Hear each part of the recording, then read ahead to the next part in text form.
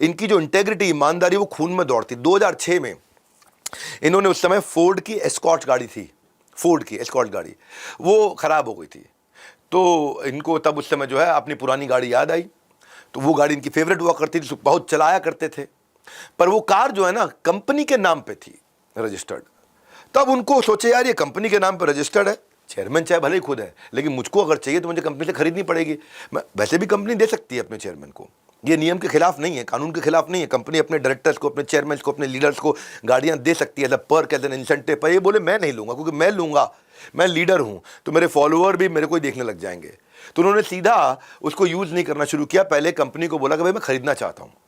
अब कंपनी में उस कार की वैल्यू पता लगाई, बोले, कंपनी ने बोला भाई कार तो इतनी पुरानी हो गई, इसकी वैल्यू लगभग 0 के बराबर हो गई, इतनी पुरानी गाड़ी हो गई। अब इतनी पुरानी खटारा सी गाड़ी, लगभग 0 की वैल्यू। उन्होंने तो अकाउंटिंग बुक से उस गाड़ी को हटा ही चुके थे, उसकी अब वैल्यू कैसे पता लगाएं, समझ में नहीं आ रहा, वैल्यू कैसे पता लगाएं। तो ऐसे में उन्होंने तरीका सोचा, उन्होंने कहा चलो अखबार के अंदर ऐड दे देता हूँ, बिडिंग करा लेता हूँ, जितना जितना लोग पैसा देने आएंगे वो बिडिंग से मेरे को आइडिया लग जाएगा कितने रुपए की गाड़ी है। तो लोग आए, बोले हम ये गाड़ी ले लेते हैं, हम इसका इतना रुपया दे देते हैं, इतना रुपया दे देते हैं, हम एक्स दे देते हैं, हम 2x दे देते हैं।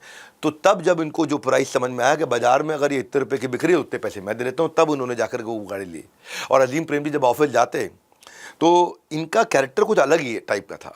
एक स्पेसिफिक स्पॉट पे गाड़ियां पार्क करते हैं, सब लोग का होता है भाई यहाँ मेरी गाड़ी पार्क होती है, इनकी भी गाड़ी वहीं पार्क हुआ करती थी।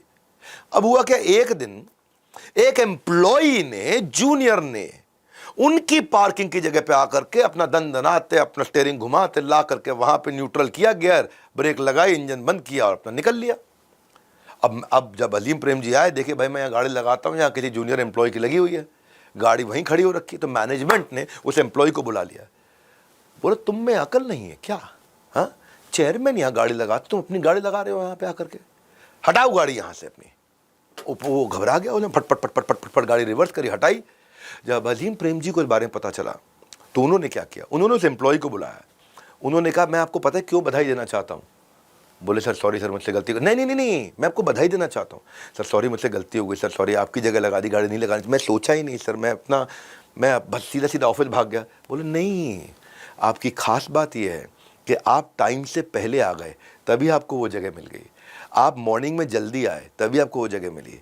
अगर आप अपने टाइम पे आते, जगह नहीं मिलती, क्योंकि मेरी गाड़ी वहाँ लग चुकी होती, मैं समय से आ जाता हूँ, आप समय से पहले आए। हाँ, और उन्होंने बोला सारे एम्प्लॉयज़ हमारे लिए इक्वल है। अब मैनेजमेंट को बता सब एम्प्लॉयज़ इक्वल है, ये हमारी वैल्यूज़ के अगेंस्ट है। और उस दिन के बाद से कोई भी आदमी आता है, कहीं भी अपनी गाड़ी को लगा देता है। उन्होंने कहा वो स्पॉट पे कार पार्क करना चाहते हैं तो जिसको जिस स्पॉट पे गाड़ी पार्क करनी है उसको पहले आना पड़ेगा। इसके बाद विप्रो में कभी पार्किंग स्पॉट का कल्चर ही नहीं रहा, कुछ रिजर्वेशन का कल्चर नहीं, सब मेरिटोक्रेसी, जो पहले आएगा वो पहले पाएगा। जिस कंपनी का कल्चर इतना स्ट्रांग है, उसको रिकॉग्निशन मिलने से, अचीवमेंट मिलने से कोई रोक सकता है क्या? 2004 के अंदर यही सेम विप्रो 2004 के अंदर पहली इंडियन कंपनी बनी जिसको SVG1 रेटिंग मिली।